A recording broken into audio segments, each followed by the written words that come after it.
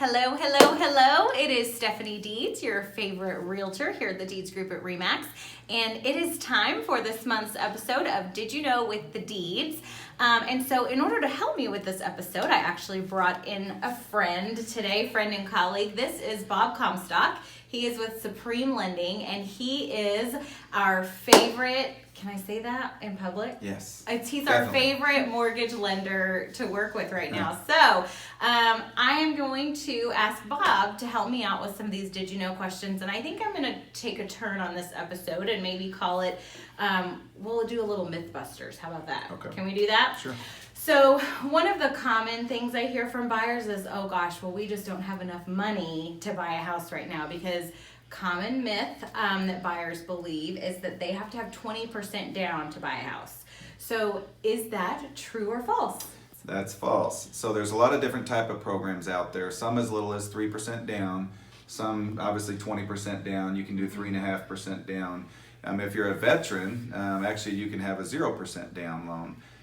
So there's down payment assistance programs that you can do as little as 0% down, get closing cost help and whatnot.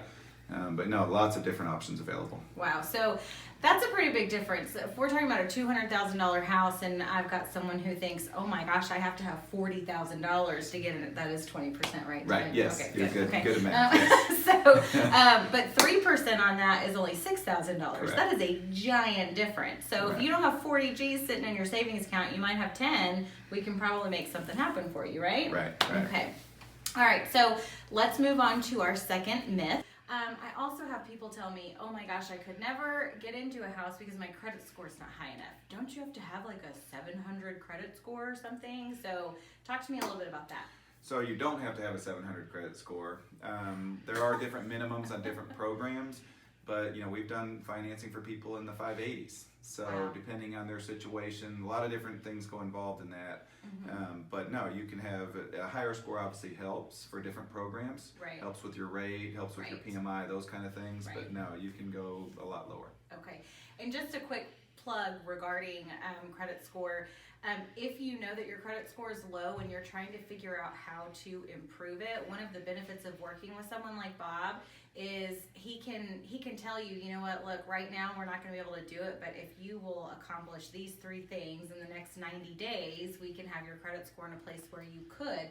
He's got this fancy simulator thing that will Yes. actually show us if you paid this off or if you made this change, what your credit score would actually be. So that is a great benefit of working with him also.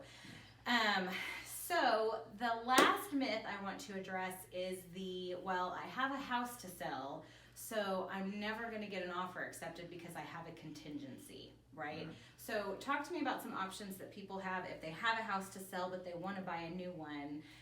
What are some things you can do for Sure. them? So a lot of times people can qualify with both. Okay. It depends on their income and their debt ratios and that sort of thing. But a lot of times what you can do is you can buy another house, not have the house sold. Okay. But let's say they have a big down payment and Right. they're like, well, I only have a little bit without selling the home. Mm-hmm. Later on, They we got can do like what's $100,000 in equity that right. they want to take from that house. Okay. Sure.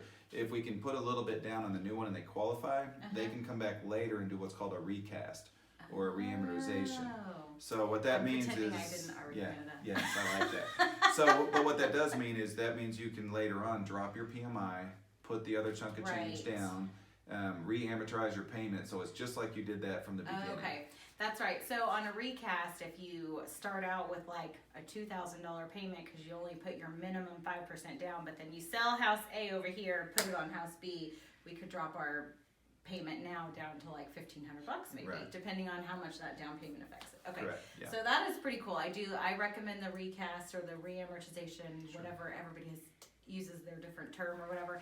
I recommend that to clients all the time. So, all of that being said, we know that there are so many other questions that people have about mortgages and how to qualify and the whole process. So one thing I want you to know is that at the Deeds Group here, we work with professionals. We work with people who know what they're doing. They've been doing it for a long time. And so you've got a team of people surrounding you that are going to make sure that you have a fantastic experience.